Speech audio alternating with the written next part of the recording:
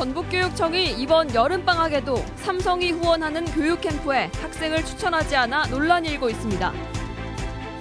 백제유적 세계유산 기획보도.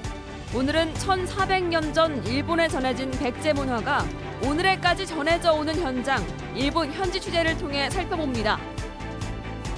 일정한 주파수의 소리로 과일 보존 기간을 늘리는 기술이 농촌진흥청에서 개발돼 화제를 모으고 있습니다. 여러분 안녕하십니까? 8월 20일 목요일 전주 MBC 뉴스투데이입니다.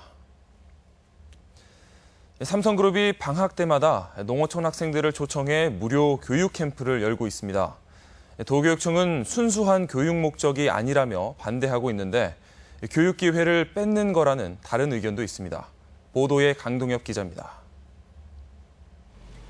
삼성그룹은 지난 2012년부터 농어촌 지역 중학생들을 대상으로 방학 때마다 교육 캠프를 열고 있습니다. 3주간 합숙을 하며 대학생들에게 영어, 수학을 중심으로 가르침을 받는 형식입니다. 참가자는 대부분 시도교육청의 추천을 받아 선정되는데 전북교육청은 지난 겨울방학과 이번 여름방학에 학생들을 추천하지 않았습니다. 첫 해부터 3년간 700명가량을 추천했지만 지난해부터 입장을 바꾼 겁니다. 기업 이미지 포장 등 기업을 위한 측면이 강하고 선행학습을 금지한 교육 철학과도 맞지 않는다는 게 이유입니다. 아이들이 기업에 대한 어떤 맹목적인 신뢰, 이것들은 경계해야 될 필요성이 있다고 생각했고요. 추구하는 교육의 방향성하고 저희 교육청의 철학하고 맞지 않는 부분이 있어서 이에 대해 일각에서는 농어촌 학생들의 교육 기회를 도교육청이 빼앗은 것에 다름이 아니라는 비판도 나옵니다. 정책적 철학과 맞지 않다고 해서 일방적으로 막는 것은 부적절하고 학생들과 학부모들의 자율적 선택에 의해서 참여가 될 수 있도록. 한편 이 캠프에 학생을 추천하지 않은 교육청은 전국에서 전북교육청이 유일합니다. MBC 뉴스 강동엽입니다. 교사들의 무더기 비위 사실이 드러난 무주의 모 고등학교에 대해 도교육청이 정상화 작업에 나섰습니다. 도교육청은 해당 학교의 관리 책임을 물어 교장을 해임하고 9월 1일자로 신임 교장을 발령하기로 했으며 교감도 2명으로 늘려 학교 혼란을 수습하도록 할 방침입니다.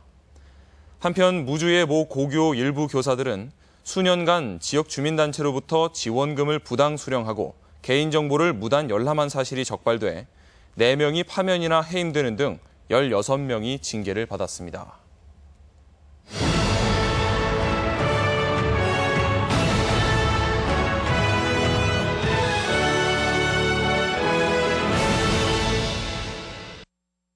백제문화의 세계유산 등재 특별기획보도 순서입니다. 최근 세계 속의 우리 문화인 한류가 주목받고 있는데요. 사실 최초의 한류는 바로 백제문화였습니다. 그 결과 일본의 축제나 지명에 백제라는 명칭은 지금도 남아 있습니다. 이경희 기자가 보도합니다. 일본 제2의 도시 오사카에서는 해마다 11월 초에 한바탕 축제가 벌어집니다. 요란한 풍물 소리와 사람들의 함성. 우리말 잘 왔소에서 따온 왔소 축제로 백제의 왕인 박사 등 한반도에서 온 사신들을 영접했던 데서 유래했습니다. 제1교포 중심의 축제는 현재 일본인들이 주축이 돼 1400년을 이어온 한반도와 외의 교류를 축제로 기억하고 있습니다. 백제나 신라의 사신들이 묵었던 곳은 사천왕사.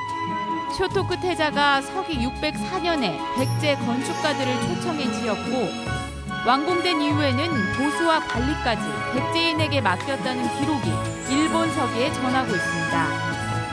私の知り合いの人も四天王寺ワッソに参加しててものすごい盛り上がってたからぜひ私も毎回見に行ってね盛り上がってほしいなと思ったんだけれども 오사카 시내에는 백제라는 명칭을 가진 시설들이 한둘이 아닙니다. 화물열차가 바삐 움직이는 이곳에는 백제역이라는 간판이 또렷하게 보입니다. 인근에는 백제 마을이 있고 백제교라는 다리와 남백제 초등학교까지 백제 명칭은 1000년 넘게 그대로 사용되고 있습니다. 수없이 많은 백제인들이 터를 잡고 섬나라 일본에 영향을 주었던 백제인들의 거점이 바로 오사카였던 겁니다.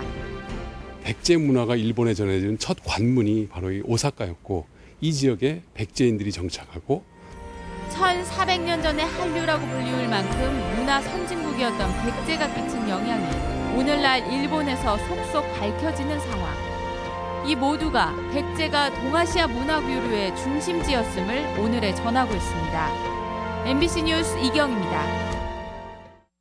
토마토 같은 과채류는 덜 익거나 너무 익으면 상품성이 떨어집니다. 그런데 음악을 이용해 신선도를 조절하는 기술이 개발됐습니다. 임홍진 기자가 소개합니다. 토마토 농사를 10년 가까이 짓고 있는 황병준 씨. 수확한 토마토를 잠시 보관했다가 공판장에 출하할 때 15% 정도는 버리다시피 합니다. 토마토가 너무 숙성돼 과육이 물러버리기 때문입니다. 여름 같은 경우는 과가 빨리 물르고 빨리 상하는 거죠. 상품 비율이 굉장히 저하된다고 봐야죠. 농촌진흥청이 이 같은 농가들의 어려움을 덜어주기 위해 음파를 이용해 토마토 숙성 시기를 조절할 수 있는 기술을 개발했습니다. 토마토에 특정 음역대의 소리를 들려준 결과 소리를 들려주지 않은 토마토보다 수확 후 신선도가 닷새가량 더 지속됐습니다. 특히 1kHz에서 6시간 동안 처리했을 때 40%나 익는 정도가 지연돼 효과가 가장 컸습니다. 특정 음파를 토마토 식물에다가 처리를 하면 식물은 이걸 외부 시그널로 인지를 해서 관련되는 유전자들의 발현을 증가시키거나 감소시키게 되는데 음파 처리가 토마토의 숙성을 촉진시키는 에틸렌 발생과 호흡량을 줄이는 역할을 하기 때문입니다. 음파 처리 재배는 음파 프로그램과 스피커만 갖춘다면 농가에서 손쉽게 활용할 수 있습니다. 농촌진흥청은 앞으로 사과와 복숭아 등에도 음파 처리 기술을 적용하는 연구를 계속해 나가기로 했습니다. MBC 뉴스 임홍진입니다. 전주 한옥마을에 체류하는 관광객이 증가하고 있는 것으로 나타났습니다. 전주시는 지난해 전주 한옥마을에서 1박 이상을 한 체류형 관광객은 총 17만 3천 명으로 지난 2010년 4만 3천 명보다 4배 이상 증가했다고 밝혔습니다. 이는 남부시장 야시장과 청년몰, 야간 상설 공연인 마당 창극 등 저녁 볼거리가 늘어난 때문으로 분석됐습니다. 전주시가 종합경기장 개발 관련 심의를 전라북도에 요청해 도의 입장이 주목됩니다. 전주시는 종합경기장 부지에 683억 원을 들여 오는 2018년까지 전시 컨벤션 센터를 건립하기로 하고 공사 입찰 방법 심의를 전라북도에 요청했습니다. 전라북도는 경기장 이전을 전주시 자체 재원으로 추진하는 것은 무리라는 입장이어서 전주시가 제출한 심의안이 통과될지 관심이 모아지고 있습니다. 기금운용본부 본사 소재지 논란을 벌인 새누리당의 속셈은 따로 있었습니다. 공사화를 위해 소재지 논란을 이용했다는 건데요. 하지만 공사화는 기금의 정부 관리 강화라는 점에서 또 다른 파장을 예고하고 있습니다. 유룡 기자가 보도합니다. 정운천 새누리당 전주 완산을 위원장은 자신이 국민연금공단 기금운용본부 소재지 논란에 종지부를 찍었다고 말문을 열었습니다. 새누리당 김정훈 정책위 의장을 만나 여야 합의된 대로 전주로 온다는 것을 재확인했다는 것입니다. 국민연금법에 명시하여 여야 합의로 통과된 법으로 당연히 법대로 간다. 김정훈 정책위 의장은 기금본부를 서울에 두자는 정의수 법안에 두 번째로 이름을 올린 의원으로 본인의 법안을 뒤집은 것입니다. 정 위원장은 이로써 논란은 종식됐다며 새누리당이 추진하는 공사화에 힘을 합쳐 장관급 기관으로 키우자고 말했습니다. 기금본부를 공사로 만들겠다는 게 새누리당의 당론임이 확인된 셈인데 이에 대해 야당은 국민연금을 정부의 쌈짓돈으로 주무르겠다는 뜻이라며 반대 입장을 분명히 했습니다. 지금 정부 여당이 얘기하고 있는 공사화는 이거를 오히려 국민들의 영향력 하에서 떼어내서 권력이나 자본의 영향력에 주겠다고 하기 때문에 우리가 반대하는 겁니다. 전라북도 역시 새누리당이 공연한 분란을 일으킨 데 대해 도민들에게 사과하는 것이 우선이라고 지적했습니다. 소모적인 논의는 불편하다고 보고 있습니다. 오도록 되어 있는 기금운용본부가 완전하게 전라북도에 이전할 수 있도록 새누리당이 촉발한 기금운용본부 소재지 논란이 결국은 국민의 노후를 보장할 연금을 누가 어떻게 관리하느냐라는 근본적인 질문으로 확대되고 있습니다. MBC 뉴스 유룡입니다. 새정치민주연합의 이용득 노동위원회 위원장과 유성엽, 김윤덕, 이상직 의원은 어제 도의회에서 기자회견을 갖고 박근혜 정부의 노동개혁은 군산 GM 해고 사태처럼 아버지의 일자리를 빼앗아 자식에게 주자는 조삼모사에 불과하다고 지적했습니다. 이들은 법인세 인하 등으로 늘어난 30대 대기업의 사내 유보금 710조 원을 풀어 고용 창출과 신규 투자를 하는 것이 바람직하다고 덧붙였습니다. 군산 하수관거 임대형 민자 사업인 BTL은 특수공법이 시공됐는지 또 준공은 적법했는지가 의혹의 핵심입니다. 시민사회단체들이 의혹 해소를 위해 해당 구간 굴착과 함께 수사도 촉구했습니다. 정진호 기자가 보도합니다. 군산 지역 22개 시민사회단체들이 군산시청 현관 앞에서 기자회견을 열었습니다. 2011년 6월 당시 현장 사진이 제대로 없는 부실한 서류를 토대로 준공됐다고 문제를 제기했습니다. 준공 사진을 포함한 준공 조서를 제출하도록 돼 있는 민간투자법을 위반했다며 철저한 조사와 수사를 촉구했습니다. 적법하게 이루어졌는지 철저히 조사 및 수사 의뢰하여 위법사항이 확인될 경우 강력한 조치를 취할 것을 촉구한다. 공신력 있는 용역기관이 제작성한 준공 도면을 손글씨로 수정한 시행사와 시공사, 감리원, 그리고 이를 최종 도면으로 확정한 군산시도 문제가 있다고 지적했습니다. 특수추진공법 공사 구간에 대해 2개의 도면이 정반대의 주장을 담고 있어 불신과 의혹이 증폭되고 있다고 주장했습니다.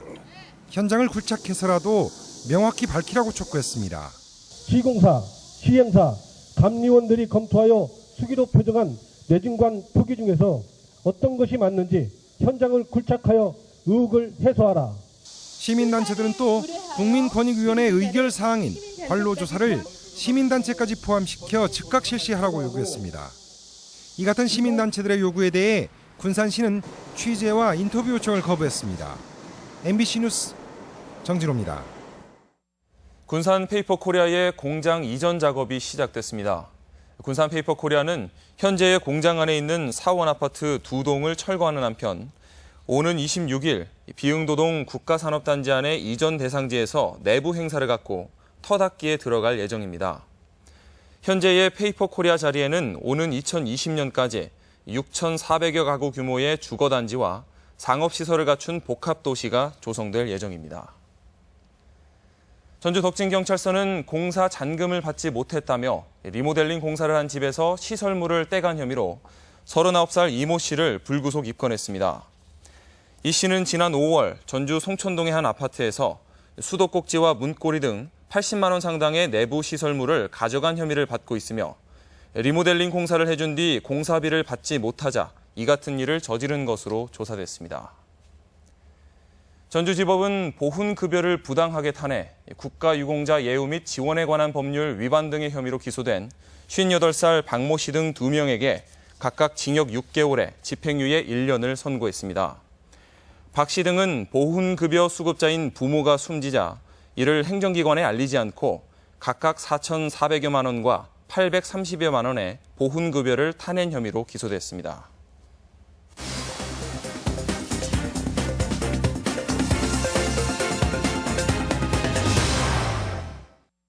산업자원부가 국내 천연 바이오 산업의 해외 진출을 적극 추진하고 있는 가운데 순창 발효미생물산업진흥원이 발효식품 분야 수출 지원 기관으로 최종 선정됐습니다. 이 밖에 도내 시군 소식을 이흥래 기자가 전해드립니다. 순창 발효미생물산업진흥원은 이번에 발효식품 분야 수출 지원 기관으로 선정됨으로써 올해부터 5년간 11억 원의 사업비를 지원받게 됐습니다. 발효미생물산업진흥원은 전통 발효미생물과 천연 자원을 결합한 식품류의 개발을 늘리고 해외 시장 진출 지원 시스템을 구축함으로써 순창 지역 발효식품의 대중국 수출이 획기적으로 늘어날 전망입니다. 순창의 발효식품을 중국인의 입맛에 맞게끔 새롭게 리뉴얼하여 향후 순창 발효식품의 중국 수출 확대가 기대됩니다. 세계 녹색기후기구 중국 지원 후바오강 의장 일행이 녹색 기술 상품의 교류와 보급을 모색하기 위해 진안군을 방문했습니다. 후바오강 의장 일행은 대표적 녹색 기술 상품인 진안 홍삼의 연구 가공 시설을 살펴본 후 진한 홍삼 등 진안 지역 생산품이 녹색 기술 상품의 기준을 충족해 중국 지역 33개 성에 공급될 수 있기를 희망했습니다. 완주군이 삼례업 해전리 일원에서 발생하는 악취의 근본적인 개선을 위해 슬러지 자원화 처리 시설 개선 사업을 완료했습니다. 이번 개선 사업에서는 5억 원의 사업비를 들여 악취 방지 시설인 스크라바를 증설하고 비상 발전기도 설치해 배출되는 악취를 허용 기준의 절반 정도로 크게 줄였습니다. 남원시가 춘향 테마파크의 활성화를 위해 광활루원과 춘향 테마파크를 연계한 입장료 할인 혜택을 제공합니다. 이에 따라 광활루원과 춘향 테마파크 중 한 곳의 입장권을 사게 되면 훨씬 할인된 가격에 다른 곳 입장권을 구입할 수 있게 됩니다. MC 뉴스 이웅래입니다. 한국노총조합원 160명이 새정치민주연합의 정책당원으로 입당했습니다. 새정현 전북도당은 기자회견을 열고 이상선 전국 공무직 노조위원장 등 160명이 정부 여당의 노동정책에 반대하며 입당 원서를 제출했다고 밝혔습니다. 입당자들은 박근혜 정부의 노동개혁이 쉬운 해고와 낮은 임금으로 비정규직을 양산하고 있다며 정권 교체에 힘을 보태겠다고 밝혔습니다. 전북작가회의는 총장 직선제 폐지 방침에 항의하며 고현철 부산대 교수가 투신 자살한 것과 관련해 성명을 내고 문학적 동지였던 고 교수의 뜻에 동참하겠다고 밝혔습니다. 이들은 고 교수가 각자 타성에 젖어 사회 문제에는 무관심한 현대사회에 죽음으로 경종을 울렸다며 총장 직선제 수호를 위해 대학의 양심적 지식인과 함께 싸우겠다고 말했습니다. 이어서 우리 지역의 다양한 행사와 문화 소식입니다. 국립민속국악원은 오늘 남원 사랑의 광장 야외 무대에서 이별과 만남을 주제로 한 칠성맞이 절기 공연을 펼칩니다. 국민뮤지컬 넌센스가 오늘 완주 문예회관에서 공연됩니다. 클래식 음악을 유아의 눈높이에 맞춘 두비두비 음악회가 내일 군산예술의 전당에서 열립니다. 아시아 그리고 쌀전이 오늘까지 전북예술회관에 마련됩니다. 서양 화가 이저교의 29번째 개인전이 조용한 혁명이란 주제로 교동 아트미술관에서 열리고 있습니다. 전주시는 오늘 제12회 에너지날을 맞아 삼천둔치에서 다채로운 기념 행사를 갖습니다. 임동창 풍류축제 두드림 페스티벌이 모레 완주군 모악산 관광단지 일대와 축구장에서 펼쳐집니다. 정읍지역 청년들이 모여 문화예술을 체험하고 소통하는 정읍 칠성날 골목파티가 오늘 수성동에서 열립니다. 지금 여기 인문학당은 오늘 인문학 공개특강을 무료로 진행합니다. 정읍 기적의 도서관은 오늘까지 독서 동아리 교육 수강생을 신청 접수받습니다. 8월 20일 목요일 전북권 날씨입니다. 전라북도 지역은 오늘 흐리고 가끔 비가 오겠습니다. 예상 강우량은 내일까지 10에서 40mm, 많은 곳은 80mm가량이며 오늘 낮 최고 기온은 24도에서 27도의 분포로 어제보다 낮겠습니다. 바다의 물결은 서해남부 전해상에서 0.5에서 1.5m로 일겠습니다.